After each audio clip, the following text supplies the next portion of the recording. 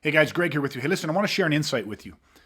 I'm going to use an analogy. Everyone understands what a football field looks like, right? On one end, you have your end zone. On the other side, you have the opposing team's end zone. Understand something. Violence always occurs on your 1 yard line. You understand that? Violence always occurs on your 1 yard line. Now, what am I talking about? And how, like, if you were playing a football game, imagine if the opposing team always got to start the play on your 1 yard line. How hard would it be for them to get touchdowns, to get points, to score field goals, to get, how hard would it be for them to win the game? Well, not very fucking hard, because they'd have a massive advantage. You say, well, I don't get your analogy. Violence always occurs on your 1 yard line. Why? Because the violent criminals control a lot of the circumstances. They control a lot of shit, more than what most people understand. You see, violent criminals, they control the time of an assault. They choose the time. They choose the location. They determine the duration and the intensity. They bring with them whatever weapons they want to bring, or equipment or tools they want to use. They control the positioning. They can wait and find moments of vulnerability, whether that's because you're with your kids, your spouse, or it's because you have a moment of inattention, a life factor moment. Do you understand how much that the violent criminal controls? They have the initiative. Well, if you're thinking about my analogy, violence occurs on your 1 yard line. We have a saying, violence never asks. It doesn't ask for your permission. It doesn't wait for you to be ready. It doesn't need your consent. It's a completely different animal. It's not the sport of competition. And it's not the art of fighting. But yet most people, that's the perception they have, that this is a fight. One man versus another man, when it's not true. Violence occurs on the 1 yard line, on your 1 yard line, because the violent criminals control all of these different elements. And it's not a fucking game, win or lose. It's live or die. So that's the first thing I need you to understand, is that violence occurs on your 1 yard line. Now, I'm going to break this what I want to share with you, I'm going to break it into a couple different parts. The second part of this is I decided to do a little study. And my thought was this: I was going to contact 100 organizations that profess to teach self-defense across, whether it's traditional martial arts, combative sport, whatever. So long as this organization, somewhere in their marketing, professed to teach self-defense, I was going to contact them and ask them one very simple question. Now, as I started this process, I didn't even get anywhere near 100 different locations. I got to about 25 to 30, and I stopped. Why? Because the answers were all the same. So let me break this down.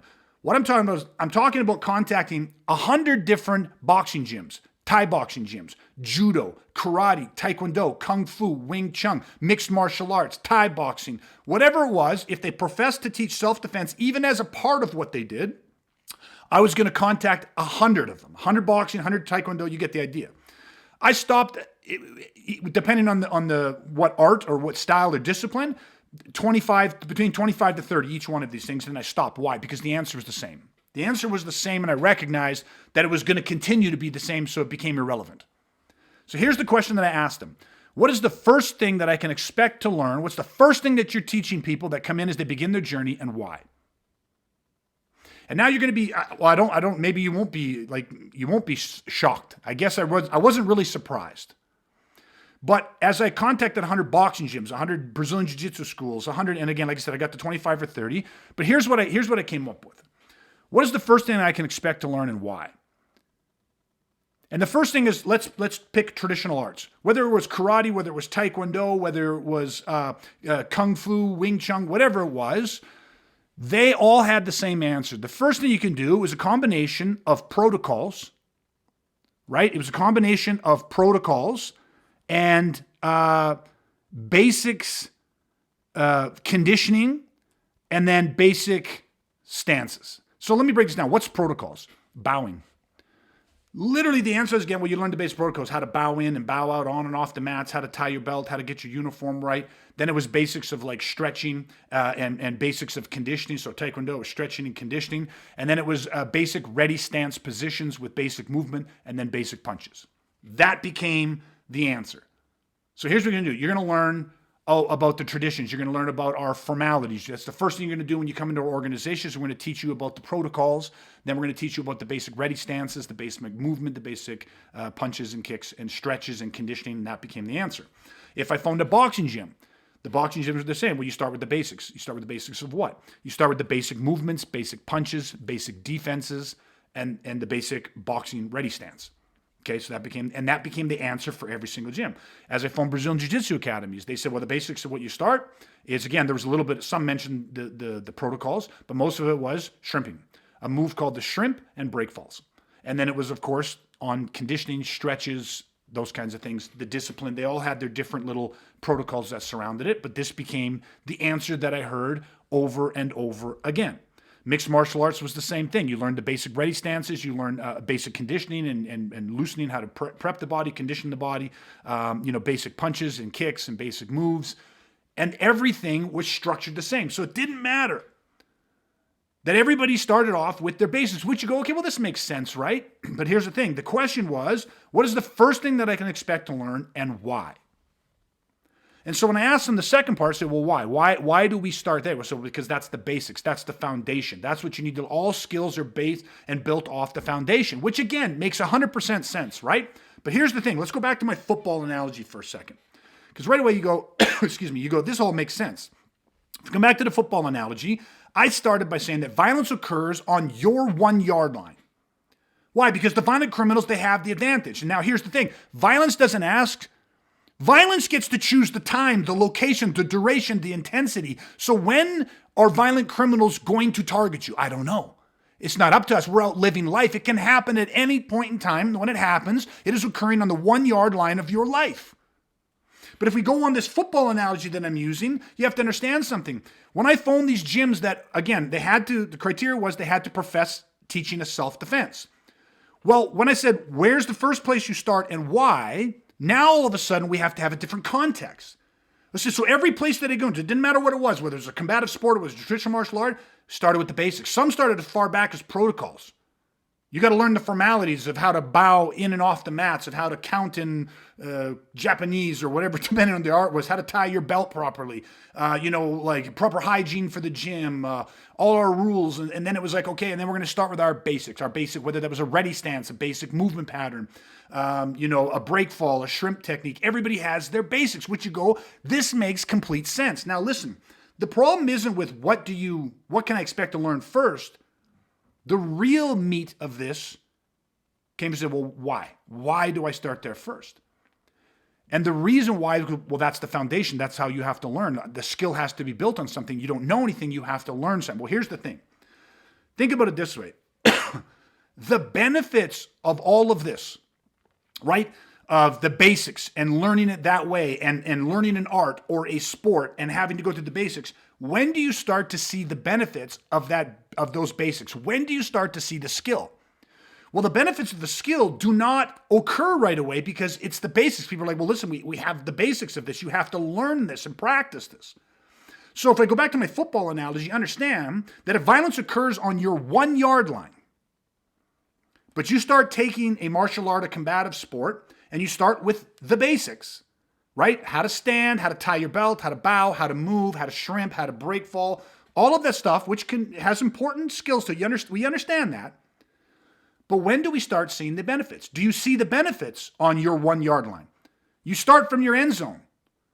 So I have nothing. I don't know anything. So what's my first step? You're on the 1 yard line where violence occurs, and you're learning a break fall or a shrimp. You do not start to receive the benefits of studying a martial, like at what point do you become a martial artist?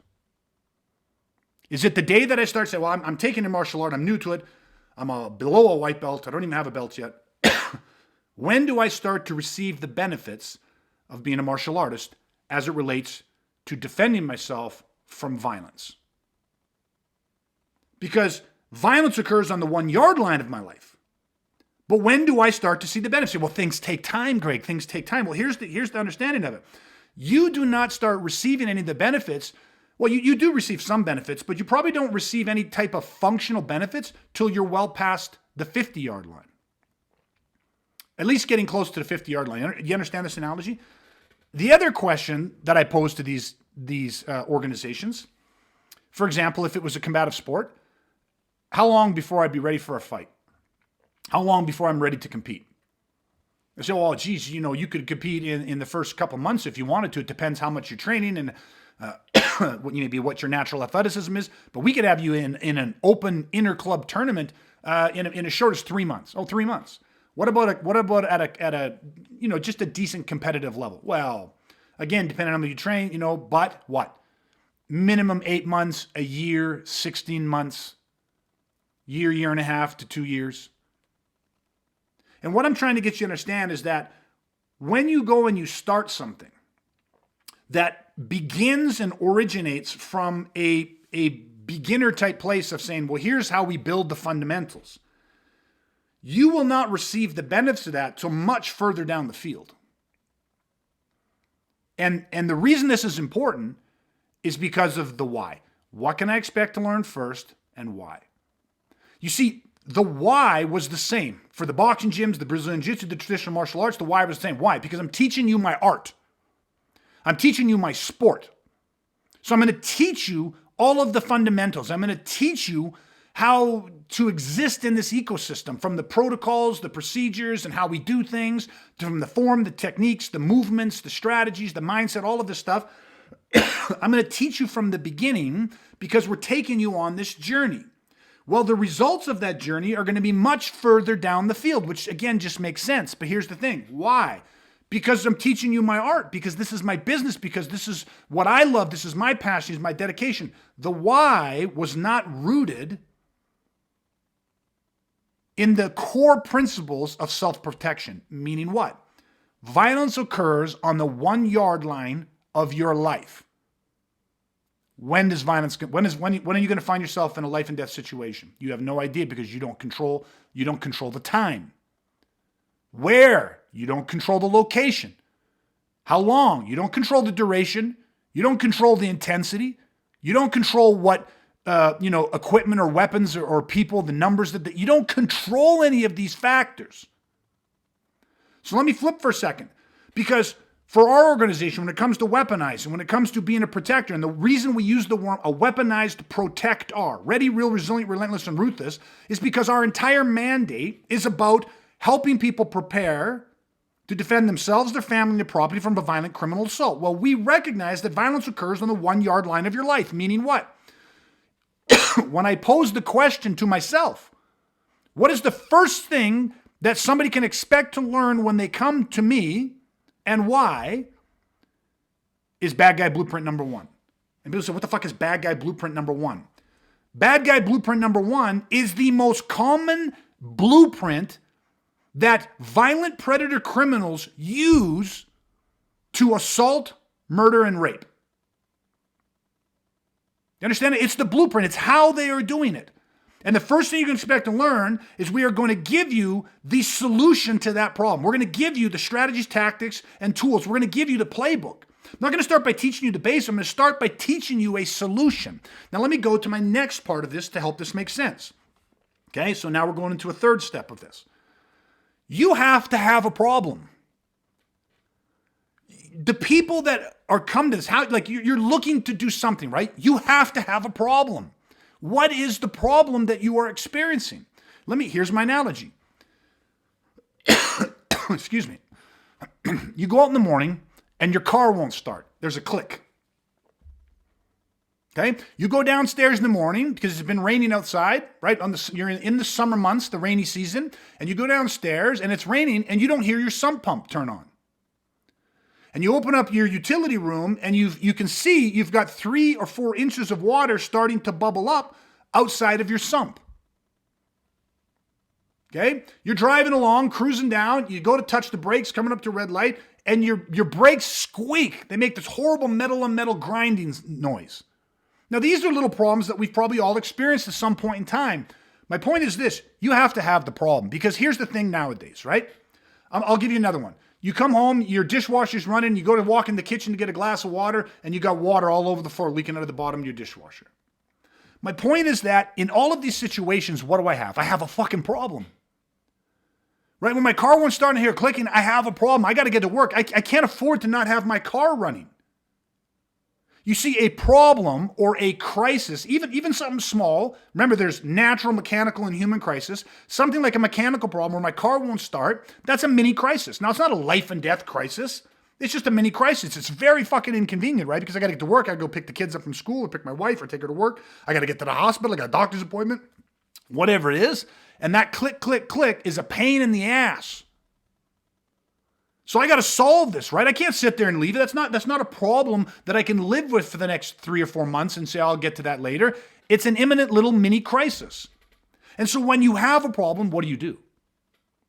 Well, here's what most people do, right? Here's what I do. Let's use myself as an example. What I do is I understand. I start the problem solve. Go, why won't it start? Well, I hear the clicking. Is it a dead battery? Well, no, I'm hearing the click. If there was nothing and no lights came on, it might be a dead battery. I start to diagnose the problem, but I hear a click. Lights all come on. I can turn the radio on. The lights are up. Everything's on. So the battery's good. I can check my connections to the battery, make sure they're not loose, make sure my terminals aren't dirty. I start to diagnose the click, click, click. Well, that clicking, I know something. I can get out my phone and I can do a little research. Well, I'm hearing the clicking, but the car won't start. Oh, that's the solenoid that I hear clicking. So I figure out that's the solenoid. So if the solenoid's clicking, it means power's getting down to the starter, the solenoid's clicking, but the starter's not turning. I bet you my starter's gone. Now what do? Well, either I got to phone a mechanic, I got to have the car towed, I got to do whatever, or I go, I figured it out. The starter's gone. Oh, I figured it out. A hose came off on the dishwasher. A valve's gone, a seal's gone. Oh, I figured it out. My sump's not turning on. The sump pump must be jammed up. Maybe it came unplugged. Like you start diagnosing all of these problems. And for a lot of us now, we go to Google. And when you go to Google, this allows us, where we're living at, the age that we're living in, the time, the technological advantage allows us to diagnose and problem solve a lot of different things without having to be the specialist. You see, just the other day, I changed out a starter on my dad's truck. I've changed out my upper and lower ball joints. I've changed out my tie rod ends. I've repaired on the dishwasher. I've repacked bearings on a washing machine. I've replaced the sump pump. All of these different things. And you, like me, are probably the exact same thing. We have fixed all these different things, yet I'm not a mechanic. I'm not a plumber. Right? I can create and edit video. I can convert to MP3s and uploads and do all these different things. I'm not a graphic designer. I'm not an IT specialist, but I can do all of these different things. Why? Because I have a problem. And when I have a problem, I can research and get access to experts. And now these experts, when I had to change the starter on my dad's truck, now I've changed starter before. I've changed starters on lots of different vehicles, but not on that specific truck. So I just Googled it, how to change the starter on this Dodge 1500. And all of a sudden, this expert, this mechanic pops up. Not just one video, hundreds of videos, but I just find one. And here's the mechanic, and he says, here's what you're going to do. You're going to need 2 different sockets. You're going to need an extension of this. You're going to reach your hand through this. The best way to do this is lie here and do this. And he's got all the information. He walks through. He's showing me how to do it. He's guiding me through the implementation. All of this stuff. So I have the information. I have the implementation. Just get in there and I do it. And in less than an hour, I've solved my problem. And I didn't need to be a mechanic. Now, hopefully I've gone into this deep enough that you understand something and can pull back off this. Violence occurs on the 1-yard line of your life. Yet when you start with most organizations and they begin to take you on a journey of development, right? They start with the basics. I'm going to teach you how to brake fall. I'm going to teach you how to tie your belt. I'm going to teach you how to bow. I'm going to teach you how to do basic stances and basic movements and all this type of stuff. Their goal is to take you on a journey, much like if I said, I want to become a mechanic. I want to become a plumber. I want to repair dishwashers. I want to repair washing machines. I want to be an IT guy. I want to be a graphic designer. And this is what I want to do. So I want to become a specialist. I want to become a martial artist. I want to become a fighter. You're going to go on this journey. But on this journey, you're going to start from your own end zone. You're going to start from ground zero. And then you're going to move to the 1-yard line and to the 10 and the 20 and the 30 and the 40 and the 50. And at some point, you will acquire enough skills to go, I'm certified. I am now a martial artist. I am now a fighter. I am now a mechanic. Maybe you're an apprentice mechanic. Maybe you're doing your practicums or whatever it is. You're getting real world experience. The point is you have to go through these process to amass enough experience, enough knowledge, enough skill to where you can start functionally implementing it on some level. Yet violence occurs on the 1-yard line of your life. Because what can you expect? What's the first thing I expect to learn and why? because they're taking you on the journey. But in violence, what's the first thing you can expect to learn? I'm going to show you how to solve the bad guy's blueprint. The number one most common way that violent criminals are assaulting, murdering, and raping innocent people, and it occurs on the 1 yard line. I'm going to show you how to solve this. I'm going to teach you the strategies right off the way. Get what I mean? I'm going to show you how to change your starter and get your fucking vehicle started in under an hour. I don't need to teach you all of the stuff you need to know to be a mechanic. And here's the thing. All I need to be able to fix the starter and to change out ball joints and tie rod ends and brakes and routers and all of this stuff, the only thing I need is I need to be handy. What does that mean to be handy? Can you turn a wrench? Yep. Can you use a socket set? Yes. Do you have access to basic tools? 100%. Can I go rent a tool that I might not have? Yeah, I can do that. Can you follow instructions? Yes, I can do that. You just have to be handy. I don't need to be a mechanic. You don't need to be a martial artist to solve the problem of violence. Violence is occurring on the 1 yard line. Do you understand the strategies that are going to allow you to successfully counter what the violent criminal is trying to do? That's it. You understand? They have a game plan. What's your playbook? What counters what they're doing? But it's got to be solution based. See, when we talk about weaponizing, and there's four different blueprints. There's a fifth one that can be thrown there, but there's from the Power Predator, there's 4 different blueprints. That's it. And when you learn the solution to these 4 blueprints, you become a weaponized protector. You have a solution. What's the first thing I expect to learn? The first thing I'm going to teach you, the first thing you're going to learn is you're going to learn what the most common assault, murder, strategy, and blueprint that bad guys use. I'm going to teach you to solve that first. I don't need to teach you how to break fall for a month or how to tie your belt or how to bow in and off. I don't need the protocols. I don't need the formalities of that. I'm not making you a martial artist. I'm not making you into a fighter, and I'm sure as shit not teaching you an art. I'm not teaching you a sport. Do you get what I mean? Do you see the longevity in that? I'm not training you to become an athlete, a competitive athlete. That's it. It's a completely different journey. So if you think about my analogy in the context of this giant football field, violence occurs on your 1 yard line. The foundation of what people should be learning when they talk about self-protection or self-defense is they should be learning to solve the most successfully used blueprints that are allowing violent criminals to assault, murder, and rape innocent people. Solve the problem. That's what you should be learning first. Solve the problem. How long does it take to learn that solution, to really learn this to where somebody can functionally implement this and do this? 90 days or less. 3 months or less to where they're solving this, and that's the core fundamentals of mindset, strategy, tactics, and tools. Not 2 years, 3 years, 5 years. You see, they are not becoming the martial artist. They're not becoming the fighter. They have to continue to carry the ball down the field to get into those upper skill sets. But in the beginning, the foundation needs to be how to survive violent, predatory criminal attacks. How to survive, and not just survive, but to thrive in those assaults. Now, when we go through the 4 blueprints, you move somebody, so you built this foundation where you're giving them solutions to these problems. How do you fix that starter? Get your car started so you can get back on the road. How do you stop? Your sump's leaking. You got to change that sump out before you flood your fucking basement. When you have a problem, you got to solve that problem. You got to solve it quickly. 90 days to solve what destroys 98% of all people when they're exposed to it. 90 days, that's it. 3 months. And that's based off average commitment to training, meaning 2 to 3 days a week, an hour each day. So can somebody even shorten that time frame? 100%. We've condensed that program before where we've done it in 4, 8 to 10 hour days. 4 days, 8 to 10 hour days, and at the end of the 4 days, they solve that blueprint. Changes them completely. But it does not make them the mechanic, but you're not trying to be the mechanic.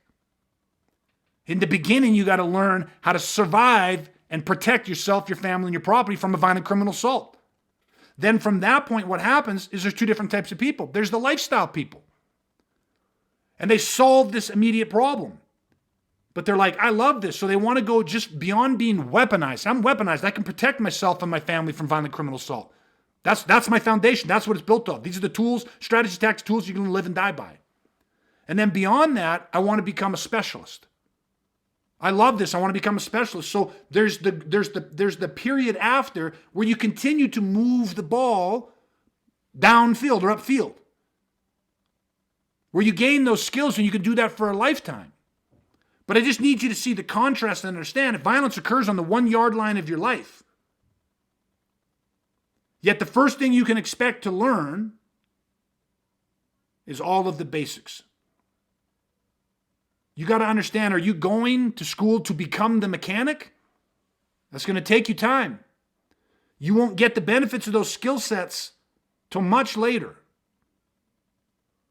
But you got to understand, and that's okay if all you want to say, I want to be the martial artist. I am willing to invest now so that in 3 to 5 to 7 years of consistent, focused, dedicated training, the skill sets will be there 3 to 5 to 7 years from now. Much further upfield. Yet violence occurs on the 1 yard line of your life. So you have to hope that you are given the gift of time of the 3 to 5 to 7 years, that you don't get distracted, that you continue the process and the practice and you put in the dedication, the focus, and the time, which most don't. 3 to 5 to 7 year, 10-year commitment. Most people say, oh, the black belt's a thing, 10 to 15 year journey. Dedicated, focused, consistent journey. Most don't. But you won't get the skills till much further upfield. So this is just another analogy I wanted to share with people, that when you are looking for something, if you have a problem, if the car won't start, you need to solve the crisis now. You can't wait. You can't even wait a year to get your car started. You need to solve it now. You do not have to be a mechanic to fix your car right now and get the damn thing back on the road. All right, everybody, that's it. That's some insight. Hopefully this analogy made sense to you. As always, I appreciate you. Like, follow, share, comment. Make sure you check us out, our podcast, The Education of a Weaponized Man. You can find it here on anywhere you like to follow your favorite podcasts. Look it up, The Education of a Weaponized Man podcast. Like, follow, subscribe. Don't forget to leave us some comments and rate us. 5 stars would be deeply appreciated if you enjoy the comment or if you enjoy the content. And that's it, everybody. Until next time, please stay safe, stay weaponized, and we'll chat again soon.